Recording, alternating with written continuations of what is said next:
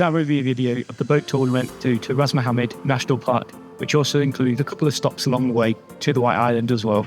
We booked the excursion through a company called Pyramids Diving Centre, and it was via a rep in the hotel grounds who was trying to get people to book for the excursion. They gave us lots of information about it, and we paid roughly £90 for it, for 2 people.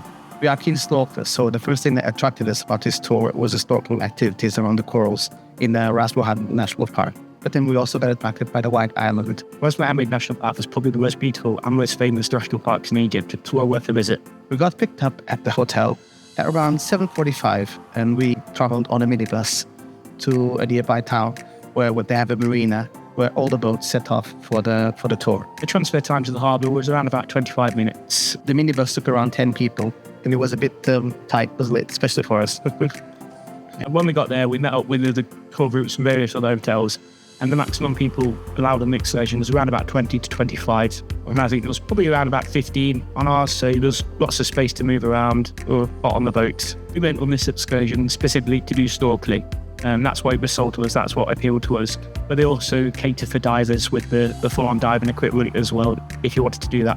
I'm assuming there'll be extra charge for that, but we want to do the snorkeling. And it is worth noting that the snorkeling equipment is provided, and you can bring your own as well. Yeah, we brought our own, but the ones that were provided were better. Yes, they were good for us. For this excursion, we recommend you to bring a towel, sun cream, swimwear, flip-flops, hat, sunglasses. Yep. So sun. Although lunch is provided and soft drinks are provided, you might want to bring some water, some additional snacks. Like me, if you want to have some nibble on some sweets, bring some sweets. Or a very sweet tooth. Also, don't forget to bring some money for your tips for the crew. They're awesome, so give them some good tips. So the journey from the harbour to our first stop is around an hour. That's how I felt like. Yeah, maybe slightly less than that, but roughly, yeah. The trip comprises of 2 coral stops. So along the national park, there are loads of corals. There's 2 coral stops. So you stop, and then the divers go down into the coral, and the snorkelers swim above and see the fish that way. What we did to get on and off the boat, you don't need to worry about, there is a ladder, so you can get on and off quite easily. So once you've got your snorkel, you climb down the ladder, jump in, whatever you want to do. And the group, probably about 10, 15 people or so, get guided around this big coral area. It's part of a group. And swim around, see all the amazing fish, really colourful fish. Maybe the odd shark, but don't worry too much about that. Yeah, we saw We did see a shark, but right quite at the bottom. Yeah, two sharks. I mean, I wasn't panicking at all, was I? It was. And I saw them first. They were like deep down. And then I called them over and he started, And I was like, but yeah, there's nothing to worry about. Yeah, they didn't come close. Just lurking below. On board the boat, it was quite a chilled, relaxed environment. Lots of space, tables, seating. The boat had 3 decks, so you had the downstairs area, which is the deck where you get in and out of the sea, and also an inside saloon area with some comfy seating. The middle deck was a shaded covered area, but again with tables and seating. Where most people sat. Yeah, that's where the majority of people spend most of the time. And then at the front and the back of the boat, you've got open areas where you can sit out and sunbathe. Yeah. And then the very top deck is an open sun deck with a few sun lounge cushions on the floor to sunbathe, but it was very hot up there, so... Yeah, it was very hot. I mean, it lasts like 2 minutes. Yeah. Well, some people like to sunbathe. You can get good views from up there. I mean, the journey is absolutely stunning. You have this very light turquoise blue waters, which is very unexpected, at least for me, to see in Egypt. But they are stunning, very beautiful. And at the background, we can also see some dramatic mountains. So it's a very nice composition. So mountains, beautiful sea, and then some turquoise waters, and then some coral. It's just like very dramatic. It's very beautiful. One thing I would suggest, if you want to maybe bring a book with you or some headphones to listen to some music, because it was a very chilled vibe on board. So if you want to keep yourself entertained whilst you're sailing, you might want to do that. Or you can go sunbathing, pass the time really. So. Yeah, there is no music on the boat, unless you bring some real music. Yeah, there was a brief spell of music, but I think was one of the guests. I don't think was this. Yeah, I don't think so. But the crew is very nice. You can talk to them and get information if you so want. The crew is comprised of some divers, some photographers in the water photography, and then the divers, and then of course the boat captain. I think there was a rep as well. So you stop around the corals around an hour, I'd say. Yeah, thereabouts. When you get time to go for a swim around it. And you can't go off and kind of swim on you, and you tend to be guided around this big coral reef by one of the divers and the guides. Yeah, true. I mean, the current's strong, so I'd advise you to stay with the guide because he knows. They do provide life jackets as well if you wanted them. Yep. If that assists you. As the boat sails around the national park, you have 2 stops in 2 separate corals.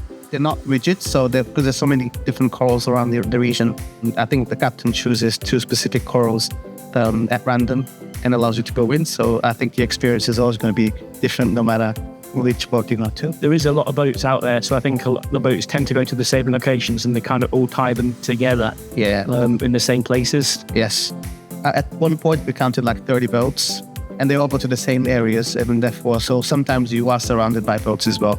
We were obviously aware that it's not just a boat and a coral and you're in the middle of paradise. You're going to be surrounded by other people, by other excursions as well. We were fortunate enough to be one of the first boats out of the harbour, so we got to our first location fairly early. And as soon as we were leaving, all these other boats were starting to arrive. Yeah. It was always the case that we arrived first, and then suddenly, by the time we left, there was a lot of boats around us. So after the first 2 stops, where you do snorkeling around the coral dive, then you have lunch. Part of the reason why we chose to book this excursion was because it did include lunch as well as soft drinks. So it was a good package for the price it was. Yeah. Got a bit of a discount because we booked it the day before we set off, and therefore we got a discount. Usually it's around £50, but we paid 45 each, £90 in total. It did include insurance as well. The guy that did our booking was affiliated with the hotel. He was one of these guys that goes around the pool area, tries to get people to book onto the excursions.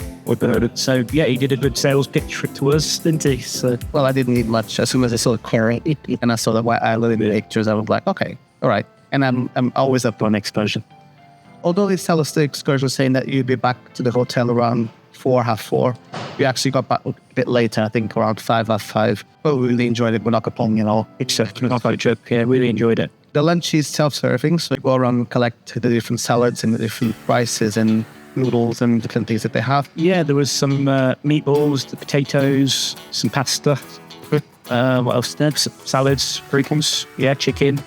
All of it was very tasty. And they served that down in the saloon inside cabin. You just get given a plate, help yourself, and then you can go upstairs or wherever you wanted to on the boat and have that. And they serve that after your second stop. And also at the end, close to the end of the day, they also bring you a plate of fruit, which is very welcome. I enjoyed that a little bit. So the third stop then is the White Island, which is an amazing, isn't it? It is so spectacular. You'd be safe to confuse that place with the Maldives or something like that, because it's absolutely Caribbean Maldives, you would not know the difference. Yeah, it's a back of sand just off the coast, and the waters are see-through, absolutely. It's got translucent, crystal clear.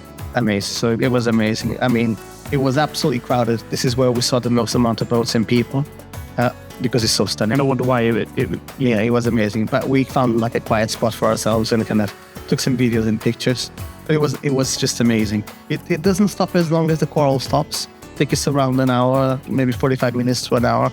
We would have loved to stay there more, to be honest, because it was so amazing. It's just unbelievable. A bit of advice for you, bring some swim shoes, because it's very rocky. There's lots of dead coral around, and we did cut ourselves a few times because we were not expecting. It was bad, too sharp rock, so it's a coral. So we didn't take our swim shoes on this occasion, and we regretted it. But talking of shoes, when you're on board, they do ask you to remove any shoes or flip-flops. Just barefoot on board. Which is very normal in this kind of excursion. One thing I would note is to get between the decks on the boat, there is quite some steep steps you need to go up, so I'm going to bear that in mind as well. Yeah. Would you do this excursion again? Oh, definitely. Yeah. Really enjoyed it. And you might get to see the odd turtle or two as well when you're sailing. Yes. I missed it, but apparently there was a couple. Yeah, we didn't see some, but the captain did point out a few, and some people saw them, but we didn't see, unfortunately. Yet to be seen, some turtles in our excursions. The coral stops are absolutely fantastic, as you can imagine, right? So it's stunning coral, stunning fish, and it's an abundance of them. So wherever you're looking, you're going to see amazing, amazing views and amazing animals. Apparently there's over 1,000 different species of fish in the Red Sea, so it's plenty to see. We saw a few, we didn't see 1,000. Wow. We missed stingrays. One of the things that we were bound to see was some stingrays, but we didn't see that. But I'm happy with what I saw because it was so beautiful, it was so stunning. I'm happy seeing a shark from a distance.